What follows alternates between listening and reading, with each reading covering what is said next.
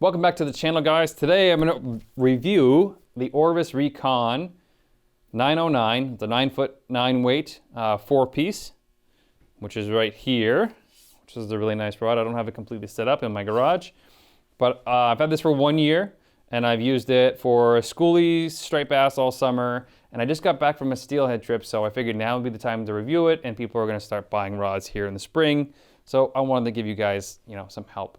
It is a very expensive rod, or I think it's expensive. It's $907 for the rod, the HYDROS 5 reel, the line, and the backing. So this is the combo kit from Orvis, and it's not a cheap combo kit. It's not just like a cheap, ugly stick combo. And I'm not bashing those rods. They're really good rods. They're just, the combo kits are usually pretty cheaply built.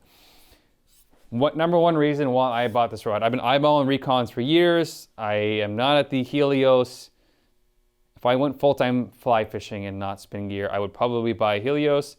This has a lot of the Helios 3 tech in it, but they backed off on some of it just because they don't want that expensive fibers in there just to get that price. It's actually made in the United States, right? Most blanks are made overseas. There's only a few companies here in the United States that actually make their own blanks in the United States and, buy and build and ship them here.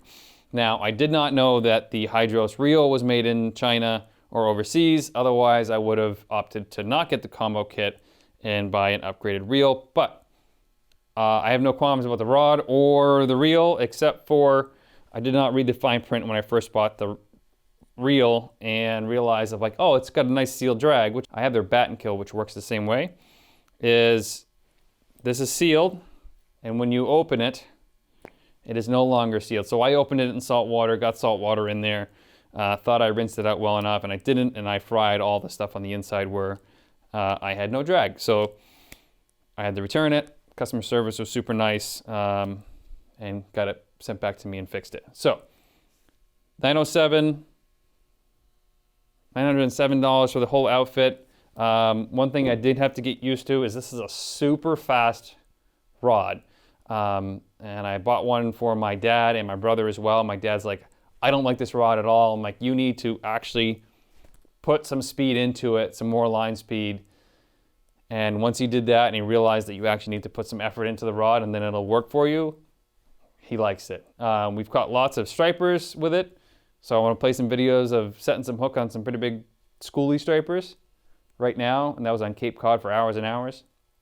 And then I just got back from a steelhead trip, like I was saying, and where I was catching some pretty big steelhead, and I was abusing this rod this weekend, not only on fish, but on trees and frozen islets, and breaking out ice, and get caught in trees and rocks, and flipping over big split shot, and all sorts of stuff to try to catch these steelhead in the Great Lakes. So overall, it's a double thumbs up, good rod for me.